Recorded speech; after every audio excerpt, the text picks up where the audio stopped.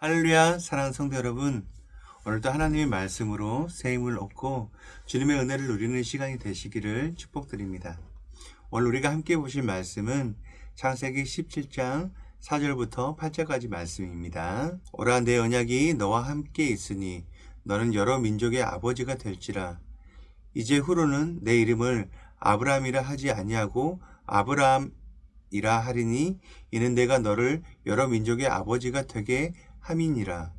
내가 너로 심히 번성하게 하리니 내가 내게서 민족들이 나게 하며 왕들이 내게로부터 나으리라. 내가 내 언약을 나와 너 및 내 대대 후손 사이에 세워서 영원한 언약을 삼고 너와 내 후손의 하나님이 되리라. 내가 너와 내 후손에게 내가 거류하는 이 땅 곧 가나안 온 땅을 주어 영원한 기업이 되게 하고 나는 그들의 하나님이 되리라. 사랑하는 성도 여러분, 어제는 창세기 16장을 통해서 사레와 하갈의 사건에 대해서 집중을 했습니다. 그 가운데 인간의 불신과 조급함 속에서도 나를 살피시는 하나님을 만나는 은혜를 우리는 보게 되었죠. 오늘은 한 걸음 더 나아가 창세기 17장 말씀을 중심으로 언약을 배신한 자에게도 다가오시는 하나님의 사랑을 우리가 함께 묵상하며 은혜를 나누고자 합니다. 창세기 16장 말씀을 보면은요, 아브라함은 사레의 제안을 받아들여서 하갈을 통해 자녀를 얻으려고 합니다. 이미 하나님과의 분명한 언약을 맺었음에도 불구하고 사람의 계획으로 언약을 이루려 한 것이죠. 이 모습은 언약을 배신했다, 이렇게 표현할 수도 있습니다. 그런데 놀라운 사실은 이후로도 하나님께서 당장 아브라함을 심판하시거나 내치지 않으셨다는 거예요. 하나님께서는 오랜 기간 동안 침묵하셨습니다. 그 침묵은 아브라함으로 하여금 하나님께서 과연 내게 관심이 있으실까? 그런 의구심을 품게 만들었을 수 있죠. 오늘 본문 말씀인 17장 1절 말씀에서 하나님께서는 다시 아브라함에게 나타나셔서 전능한 하나님 엘샤다이라고 소개하십니다. 1절 말씀입니다. 아브라함이 99세 때에 여호와께서 그에게 나타나서 이르시되 나는 전능한 하나님이라. 여기에서 중요한 부분은 아브라함이 스스로 하나님을 찾아간 것이 아니라 하나님께서 먼저 아브라함에게 다가오셨다는 거예요. 사랑하는 성도 여러분, 우리가 불신하고 넘어져 있을 때에도 하나님은 결코 우리를 잊지 않으신다는 것, 그리고 우리를 찾아오신다는 것을 잊지 마시기 바랍니다. 우리는 종종 아담과 하와를 생각하며 선악과를 먹은 죄를 떠올립니다. 하지만 그 죄의 뿌리는 하나님의 말씀을 믿지 못한 불신입니다. 아브라함 역시 확실한 그 하나님의 언약을 받았음에도 불구하고 믿지 않았고 사례의 말을 들어 하갈과 동침을 했습니다. 창세기 16장 2절 말씀입니다. 내 여종에게 들어가라. 내가 혹 그로 말미암아 자녀를 얻을까 하노라 하매 아브라함이 사례의 말을 들으니라. 사례의 말을 들은 아브라함의 이런 모습은 아담과도 유사한 그런 모양입니다. 이런 불신은 하나님 앞에서 분명한 죄악입니다. 그럼에도 하나님은 언약을 배신한 아브라함을 버리지 않으시고 17장에서 다시 한번 약속을 확증해 주세요. 오늘 우리도 마찬가지입니다. 하나님께서 여러 방법으로 우리에게 말씀해 주시고 약속을 주시지만 우리는 믿지 못하는, 믿기 힘들어하는 그런 경우가 많이 있습니다. 그때 하나님께서는 어떤 분이신가요? 결코 포기하지 않으시고 말씀을 계속해서 되풀이해서라도 다시 찾아오시는 사랑의 하나님이십니다. 말씀을 좀 더 다시 보시면은 창세기 16장 마지막 절인 16절에서 아브라함의 나이는 86세였어요. 그리고 바로 다음 구절인 17장 1절에서 아브라함의 나이는 99세입니다. 이를 통해서 성경은 무려 13년의 세월이 지나갔다는 사실을 강조하고 있죠. 상당히 긴 시간입니다. 그렇다면 하나님께서는 왜 그렇게 긴 시간 동안 침묵을 하셨을까요? 텅 빈 시간처럼 느껴지는 그 시간은 사실 우리로 하여금 믿음이 얼마나 소중한지를 깨닫게 하는 훈련의 시간입니다. 만일 우리가 하나님을 불신하는데 하나님이 우리의 삶에 여전히 축복을 해주신다. 그러면은 우리는 하나님을 향한 그 믿음의 소중함을 배우기가 어렵습니다. 우리는 실제로는 우리의 힘으로 문제를 해결하려 애쓰다가 한계를 절감하게 되죠. 그제야 비로소 하나님께서는 나와 함께 하시는 하나님은 전능하신 분이구나. 그 사실을 알게 됩니다. 하나님은 아브라함이 오랜 동안 자녀를 얻지 못하도록 그대로 두셨어요.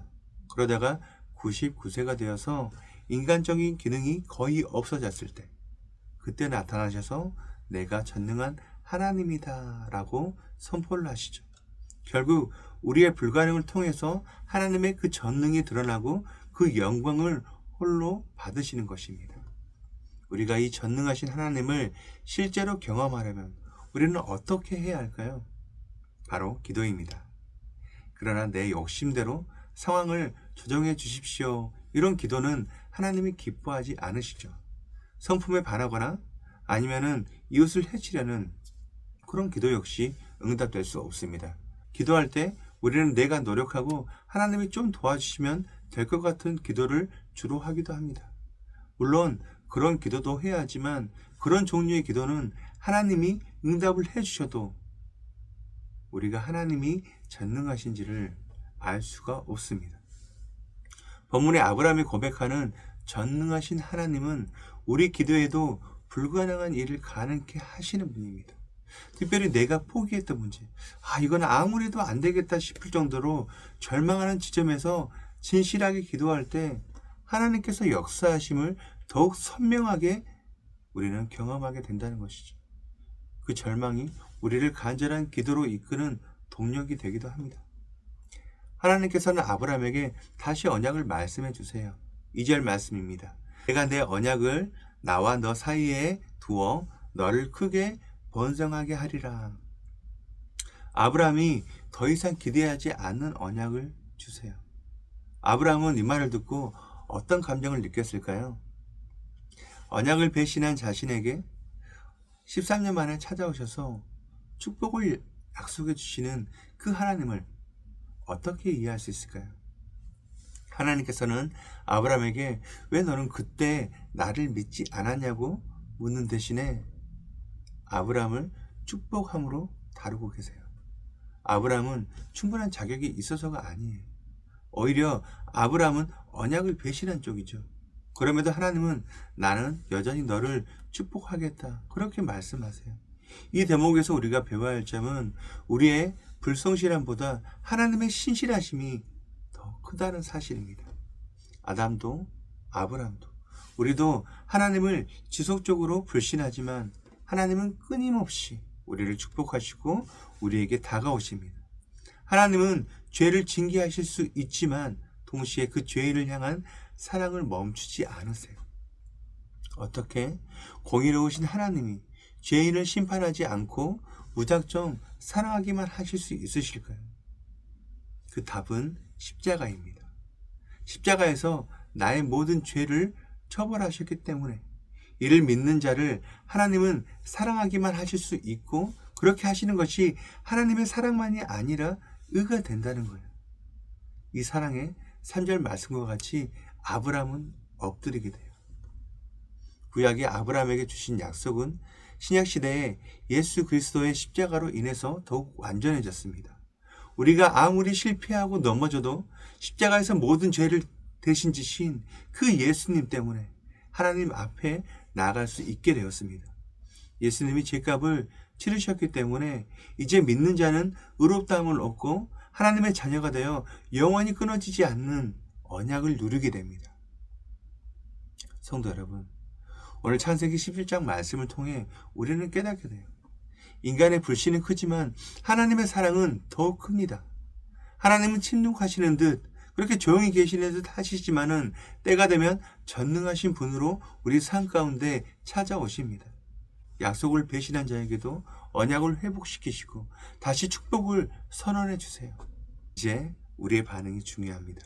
끝까지 문을 걸고 거부할 것인지, 아니면 아브라함처럼 엎드려서 하나님이 나를 잊지 않으셨습니다, 제가 불신했지만 이제는 하나님을 믿겠습니다, 이렇게 돌아가실 것인지, 하나님은 우리의 삶을 통치하시고 신실하신 언약으로 인도하고자 하신다는 거예요. 오늘 하루도 성도님들의 삶 가운데서 전능하신 하나님을 인정하시고 회복된 언약의 복을 누리시기를 축복드립니다. 우리 함께 기도하시겠습니다.